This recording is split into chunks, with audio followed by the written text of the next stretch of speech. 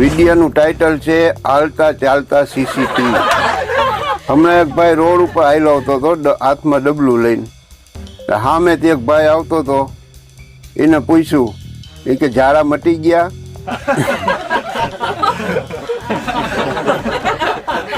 ઓલાએ વિચાર કર્યો કે મારો દીકરો મેં કોઈને કીધું નથી, હું કઈ દવા લેવા ગયો નથી, આને ખબર કેમ પડી? આને કહેવાય સીસીટીવી.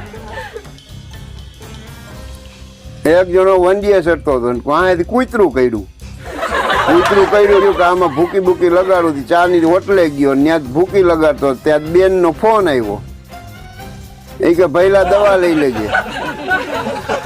હવે એ બધું હજી વાત કરતો હતો ત્યાં એના મામાનો ફોન આવ્યો. એ કે ભઈલા એ કે ઇન્જેક્શન લઈ દઉં? મારો દીકરો એ કે મેં કોઈને કીધું નથી, દવાખાને ગયો નથી, અને આ બધા એને ખબર કેમ પડે? કે થોડીક વાર થયા તેને બાપાનો ફોન આવ્યો. એ કે વંડીએ તારા બાપનું હું ડાયટું તું. એટલે ભઈલા આ સીસીટીવી કેમેરા છે, એનો ઉપયોગ કરો પણ કાયદેસરનો કરો. ક્યાંક એક્સિડન્ટ થયું હોય અને ગુમલો વળી જાય હરતા ફરતા, ઓલાને બચાવવાનું તો એક રહ્યું અને સીધા વિડિયા ઉતારવા માંડે, ઉતારીને સીધા પાછા ઓનલાઈન મેળવી દે. એટલે મારું કહેવાનું એ છે કે તમે વિડિયા ઉતારો, એ મોર એક્સિડન્ટ આ તે થયું હોય તો એ પહેલાં વહેલા આપણે 108ને ફોન કરાય, પછી એમાં જે ફસાણો હોય એને પહેલાં બહાર કઢાય. આ તો મારા દીકરા પહેલાં વહેલા સીધા શૂટિંગ ઉતારીને વિડિયા તરત ને તરત અપલોડ કરી દે, 5 મિનિટમાં તો આખા દેશમાં ખબર પડી જાય. આ દેશ તો એક રહ્યો, આ અમેરિકામાં ખબર પડી જાય, ત્યાંથી ફોન આવે તમારે ત્યાં આવું થયું છે. એટલે આ સીસીટીવી કેમેરા ના બનો અને કોકને કામ લાગો. હમણાં એક જગ્યાએ 2 જણા બાંધતા હતા અને બથોબથ આવી ગયા. એક જણાને પાકીટ પડી ગયું. એ બીજાને કહે કે એ પાકીટમાં મારા 10,000 રૂપિયા હતા. ઓલો કે નથી દેવું, થાય કરી લઈ ગયા. તો ઓલો ગયો પોલીસ સ્ટેશને જઈને સાહેબને કહે કે સાહેબ અમે બે બાંધતા હતા, મારું પાકીટ પડી ગયું, પાકીટમાં 10,000 રૂપિયા હતા. એ ભેગા સાહેબે 2 અને વિડીયો બતાવ્યો. એ કે લુખા એ કે પાકીટમાં એ કે નકલી સિલાઈ સિવાય કંઈ દેખાતું નથી. આને કહેવાય સીસીટીવી. ફરિયાદી પૂગે એ મોર તો વિડીયો.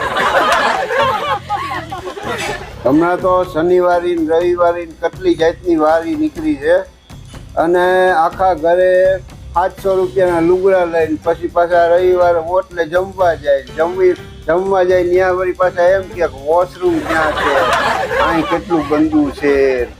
એ જ માણસો પાછા સવારમાં રોડના કાંઠે ડબલા લઈને બેઠા હોય, પાછા એ જ માણસો હોટલે બેઠા વાતું કરતા હોય. મુકેશ અંબાણી એમ દીકરાના લગ્નમાં કરોડોનો ખર્ચો કર્યો, કોઈ ગરીબ માણસ દીધા હોત તો. રતન ટાટા, મુકેશ અંબાણી એની આવકના કેટલા ટકા દાન કરે છે એ કોઈને ખબર નહીં હોય. એ ધારે તો સવારમાં બધાને ખાતામાં 1-1 કરોડ રૂપિયા નાખે ને તોય એને કાંઈ ફેર ના પડે, પણ એ ન નાખે. રોકડા ડેટા નાખ્યા ભેગા પછી કામ કરે કોણ? એને ખુદને કાંઈક વારવું ચોરવું હોય તો કરે કોણ?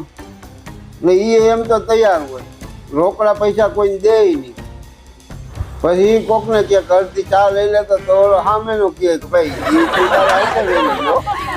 અને ધારો કે બધાને 2-2 કરોડ રૂપિયા આપી દીધા તમારી જાણ ખાતર, તો એ પૈસા રહ્યા ને એ પહેલાં જે સાવકાર છે, પૈસાવાળા છે એની આગળ જ રહ્યો.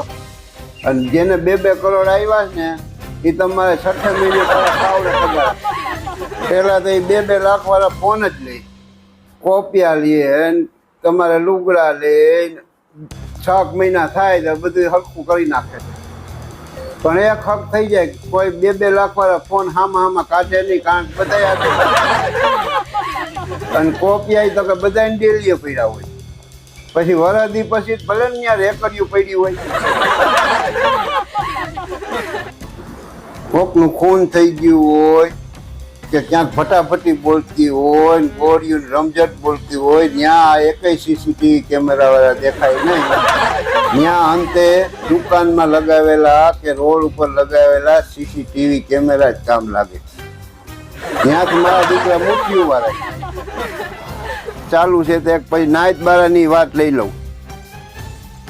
એક નાનકડો જોક્સ તમને કહી દઉં પેલા કે ચોટીલાનું કૂતરું ખહુડિયું કૂતરું રાજકોટ ફરવા ગયું. રાજકોટ ફરીને પાછું આવ્યું તે આઈના વળી ચોટીલાનું કૂતરાએ પૂછ્યું કે તું દીકરા તાજો મજો થઈ ગયો ઈ કે તો કે ન્યા તો એ કે તમારે ચાની હોટલું ને ભજીયા ને ગાંઠિયા ને કે હમણાં ત્યાં કે ઓલા ઘૂઘરા બહુ પ્રખ્યાત એ ખાઈને બઠાવરી ગયા એ કે અને પાછા હાજી ડેમમાં એ કે નાહવાની ભારી મજા આવી કે પણ એ કે એક વાતની તકલીફ પડી એ કે નાયતે હક લેવા ના દીધું. નાયતની વાત કરું તો કલાકારના દીકરાઓએ પહેલેથી જ એવા સેટિંગ કરીને રાખ્યા છે. તમે એકવાર સાંભળશો તો તમને એમ થાય કે મારા દીકરો આ વાત સાચી. પેલા વેલા મારી નાયતથી જ વાત ચાલુ કરું તો કે બાવા થઈ કે ગોસ્વામી ને રામાનંદી તો કે એ ગધડીનું ભારી કહેવાય.